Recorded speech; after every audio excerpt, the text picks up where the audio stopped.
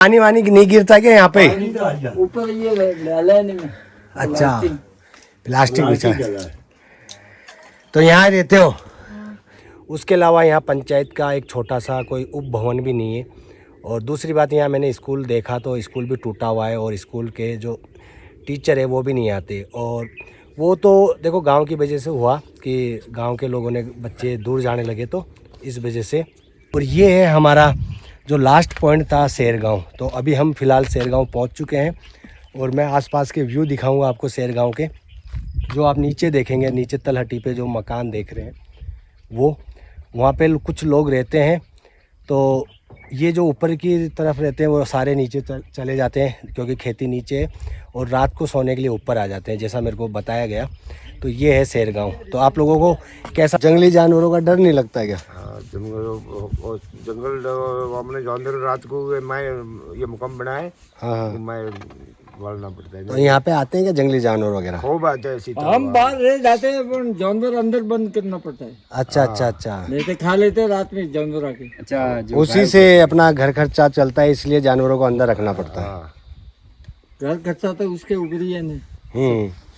उसी से चल रहा है अपना गुजारा। अब बीजो टाइम मोरे कोई जंगल में कोई मजदूरी नहीं, कोई गेहूं हो धंधो जाते नहीं, खाने पानी। पीने का। थोड़ा थोड़ा ये गुड़ पकाता है तो वो अपना थोड़ा थोड़ा गुजारा हो जाता है। सही है। इसी से भाई खाने के लिए धान हो गया और पानी है ही, बाकी जानवरों से दूध वगैरह आ रही है, इससे घर खर्च चल जाता है। तो बॉडी में करेगा मैं तो ये उन तो ये थोड़ा थोड़ा डैम था, ये फूट गया, अब बारिश ज्यादा हो गया आगे। अच्छा, तो सरकार को तजुर्बा देती नहीं है, पूरा देखो बंद सब किया दोनों। हाँ ऊपर वाला ये, हाँ, तो इसके ऊपर ही गुजारा है इसके लोगों की। अच्छा, इस कुंड की वजह से हाँ, ही है। उनके वजह से, तालाब से वजह से। तालाब से नहीं, तालाब में पानी रोकते नहीं है तो तालाब फूट गया। सरकार तजुर्बा देती नहीं है बिल्कुल भी, दोनों तालाब फूट गए। तो दोस्तों ये है सेरगांव का एक अनोखा गांव।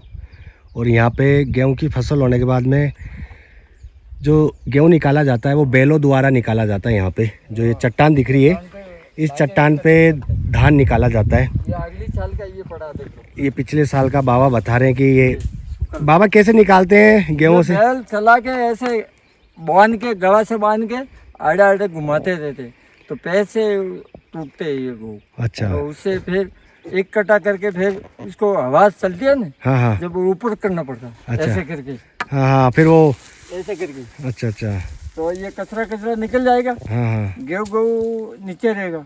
अच्छा, फिर उसको साफ सफाई करके कोठी में डाल देंगे। ठीक है। ऐसा करके गेहूँ निकालना पड़ता है। तो दोस्तों आप देख सकते हैं वो जो गांव दिखाई दे रहा है वो सेरगांव के कुछ छोटे मोटे गांव हैं। और ये सारे गांव है ना गुफा से बने हुए हैं, सभी में लोग रहते हैं। ये पूरा गांव गुफाओं से घिरा हुआ है, देख सकते हो आप। बहुत ही खूबसूरत नज़ारा है यहाँ। हम सबसे ऊंचाई की चट्टान पे बैठे हैं और यहाँ से हम उसका नज़ारा दिखा रहे हैं आपको।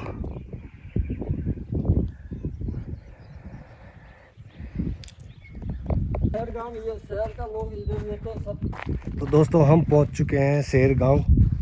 और ये जो घर दिखाई दे रहे हैं आपको, ये सारा सेर गांव है। तो इस प्रकार से दिखाई देता है सेर गांव। ये ना, ये हाँ, ये हाथ से चक्की नहीं है, इसलिए ये आटा पीसने की मशीन लिए पड़ी है। अच्छा, मशीन लिए। हाँ, हाथ वाली मशीन, चक्की। हाथ वाली मशीन लिए, इसको बोलते हैं गलती। ये देखो, ये हाथ से पीना पड़ता है ऐसे चला के। अच्छा अच्छा, फिर आटा डाल के, हाँ हाँ, ऐसे लकड़ी का, हाँ हाँ, फिर एक ऐसा नीचे आएगा, एक ऊपर। हाँ, ये इसमें क्या है कि ये अंदर एक लकड़ी का फंसाना पड़ता है। अच्छा, एक इतना लंबा और ऐसे फंसाना पड़ता है। हाँ, फिर ऐसा लकड़ी डाल के घुमाते हैं इसको, तब आटा ऊपर से यहाँ से गेहूं डालते हैं। हैं, मुड़की भर के डालते हैं इसमें। तो इससे गेहूं नहीं, आटा पिसता है। आटा पिसता है ये। तो यहाँ मशीन पत्थर है, पत्थर का बना हुआ है। गुफा के अंदर घर बना है। और अभी हम जा रहे हैं एक गुफा में जहाँ घर बना हुआ है।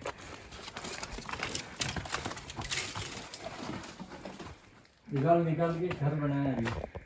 ये देखो, और खाना इधर पकवाते हैं।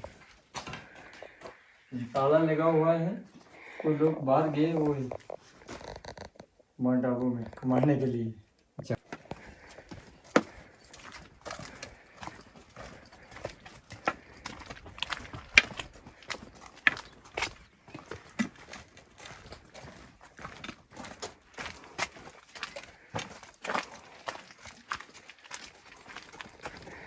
ये सौर पैनल भी उखाड़ गए क्या? सौर पैनल।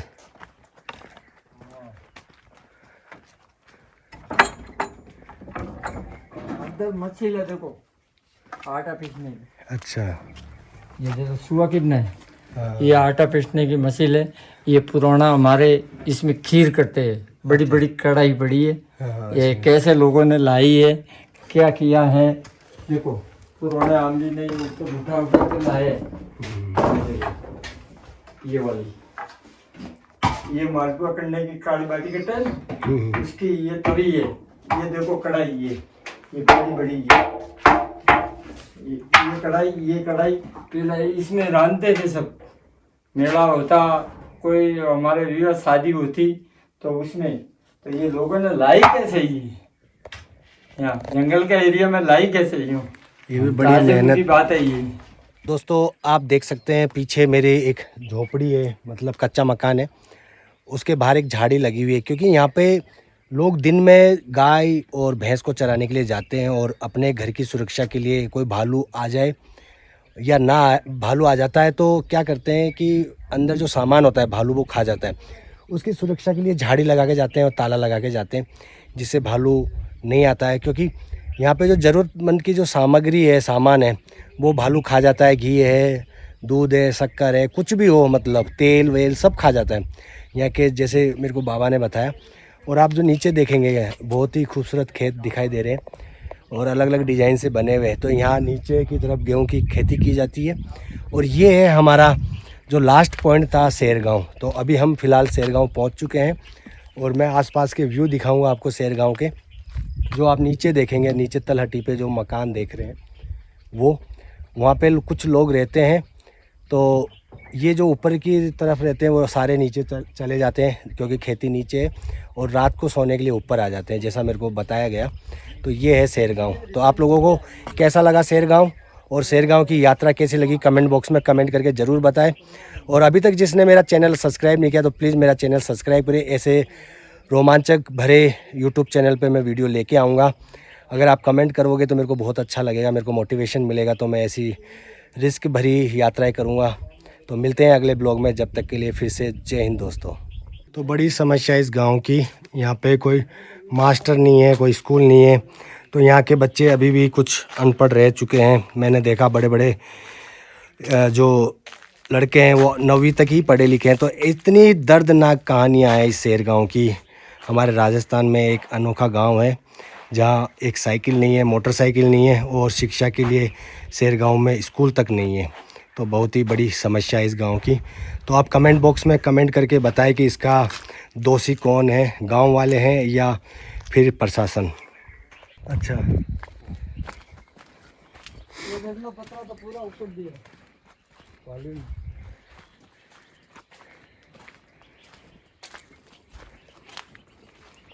तो देखो दोस्तों, भालू किस प्रकार से नुकसान पहुंचाते हैं। ये पूरी चद्दर उखाड़ के फेंक दी खाने के लिए। इन्होंने गांव वालों ने बहुत जाब्ता कर रखा है, पत्थर रख रखे हैं, कांटे रख रखे हैं, फिर भी भालू ये सब तोड़ देते हैं, ऊपर चढ़ के सब।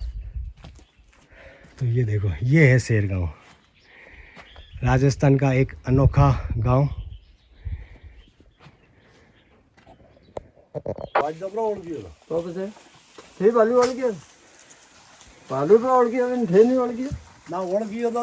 तो देख सकते हैं अभी गाय को और भैंस को चारा डाल रहे हैं।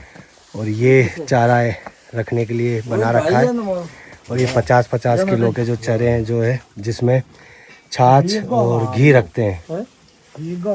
और ये पूरा चट्टानों से घिरा हुआ क्षेत्र है सेरगांव।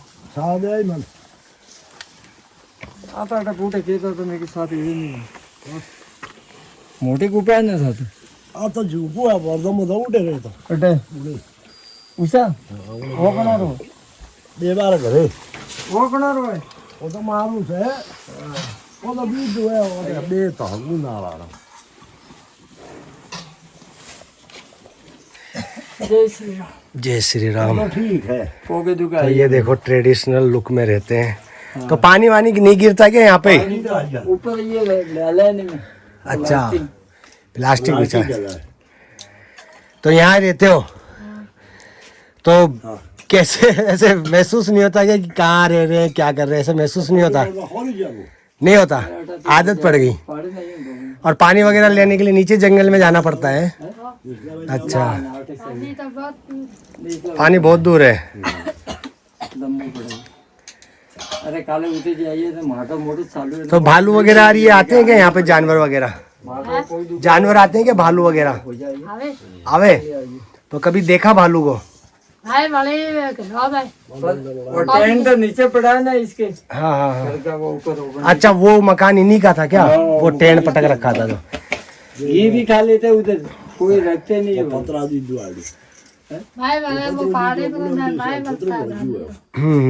पटाली दी थी। तो सोलंकी हो क्या आप? वो तो एक ही दाई पड़ी है पुत्र। आप तो ये राजपूतों का घर है जो भी चट्टानों में रहते हैं, महाराणा प्रताप के।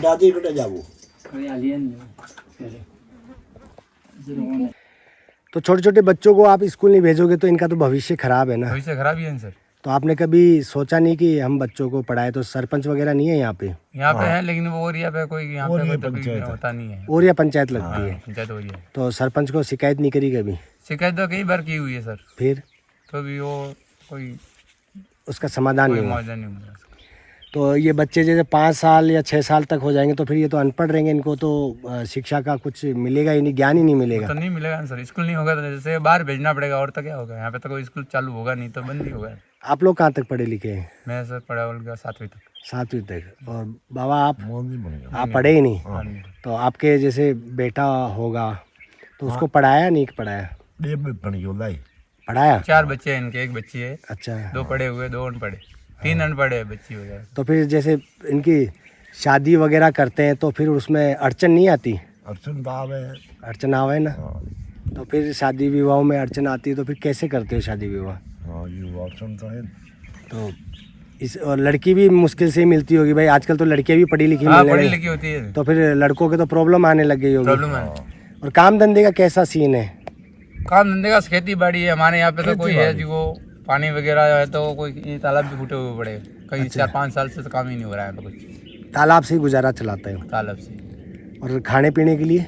खाने पीने के लिए सब नीचे से लाना पड़ता है, नीचे से जैसे पैदल जाना पड़ता है। और कोई बच्चों के जैसे हारी बीमारी हो जाए तो उठा के लेके जाना पड़ता है। हाँ। और बड़े बूढ़े के? बड़े हुए खटिया में डाल के लेके जाना पड़ता है नीचे। तो अगर मान लो कोई आदमी नहीं हुआ तो फिर कैसे लेके नहीं जाओगे? हुआ तो वो हादसा होने वाला हो जाता है और क्या हो। अच्छा, ऐसा? हाँ, उठा के ले। तो उसके खिलाफ कभी आपने धरना वरना कुछ बैठे या नहीं बैठे, समाज के कुछ लोग इकट्ठा होके? समाज के तो बैठते हैं, बात भी बताते हैं, लेकिन कोई उसका समाधान नहीं है। समाधान नहीं हुआ वो उसका। अपनी अपनी मर्जी सब वही हो गया। हाँ। कि वो सर से पीछे कोई काम नहीं है, काम आता है तो आगे आता ही नहीं। जैसा कि दोस्तों आपने देखा यहाँ पे इन्होंने बहुत ही बड़ी समस्या बताई, और समस्या भी कोई छोटी समस्या नहीं है, बहुत बड़ी समस्या है। यहाँ पे हॉस्पिटल नहीं है, प्राथमिक उपचार के लिए कोई छोटा मोटा जो होता है गाँव में दिया जाता है उप स्वास्थ्य केंद्र, वो भी नहीं है। उसके अलावा यहाँ पंचायत का एक छोटा सा कोई उप भवन भी नहीं है। और दूसरी बात, यहाँ मैंने स्कूल देखा तो स्कूल भी टूटा हुआ है, और स्कूल के जो टीचर है वो भी नहीं आते। और वो तो देखो गांव की वजह से हुआ कि गांव के लोगों ने बच्चे दूर जाने लगे तो इस वजह से टीचर नहीं आते। और दूसरी बात इन्होंने बताई समस्या कि पानी की समस्या है, और उसके अलावा हॉस्पिटल की समस्या है। कोई हारी बीमारी हो जाती है बड़े बूढ़े के तो उनको गांव वाले चारपाई में उठा के तो कितने आदमी लेके जाते हो आप? जैसे यहाँ पे जो 10-15 घर है तो वो सब जाएंगे 15 आदमी साथ में। 15 आदमी साथ 15 आदमी साथ में उठा के लेके चलेना। तो 15 आदमी भी परेशान होते हैं ना? परेशान तो होते हैं ना, या पगडोड़ी है तो वो उतरने अच्छा, में तो कहीं हाँ, पगडंडी जैसे उठा के जो रास्ता कहीं छोटा है, कहीं गिरने लायक है तो वहाँ पे कोई पकड़ लेता है तो वो। तो देखो 15 लोग उठा के मरीज को लेके जाते हैं, जब जाके उसका उपचार होता है तो मरीज को कितनी किलोमीटर दूर लेके जाते हो? जैसे शहर में 17-18 किलोमीटर दूर। 17-18 किलोमीटर। नहीं, साधन कहाँ से मिल जाते हैं? साधन हो जाता है इसरा है, फिर गुरु शिखर या फिर काचोली। अच्छा, हाँ, ये 3 जगह। तो ये काचोली कितना दूर होगा? 18 किलोमीटर 17-18 तो किलोमीटर। 18 किलोमीटर तक इनको लेके जाना पड़ता है, और उसके बाद में इनको साधन मिलता है, और उसके बाद में ही रोगी जो होता है मरीज उसका उपचार होता है। और उसके बीच में कोई घटना हो जाए तो उसका कोई मतलब धनी नहीं है, जिसे कहते हैं कोई वो नहीं है, हो जाती है। अब ये बता रहे हैं बीच में कोई हादसा भी हो जाता है, ख़त्म भी हो जाते हैं, ऑफ हो जाते हैं। ये बहुत ही बड़ी समस्या है।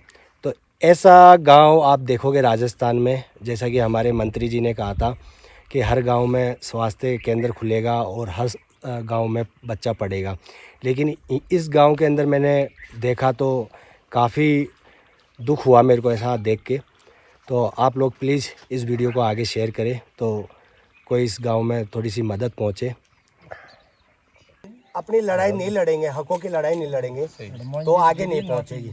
अब मैं जंगलों में आया हूँ, जयपुर से इतनी दूर 500-550 किलोमीटर का सफ़र तय करके आया, मतलब 600 किलोमीटर ही हो गया ये, 20 किलोमीटर ये और 550 वो और 35 किलोमीटर माउंट आबू हो गया, तो 600 किलोमीटर का सफ़र तय करके आया। आपके गांव का मैंने वीडियो देखा तो मैं इसलिए आया हूँ कि आपकी जो समस्या है वो सरकार तक पहुँचे, या तो मेरे माध्यम से पहुँचे या और किसी के माध्यम से पहुँचे, लेकिन पहुँचनी चाहिए। ये मेरा प्रयास है, मेरा कोई लोभ लालच कुछ भी नहीं है, लेकिन मैं इसलिए आया हूँ कि भाई मैंने वाकई में मैंने देखा इस गांव की स्थिति बहुत ही बुरी है।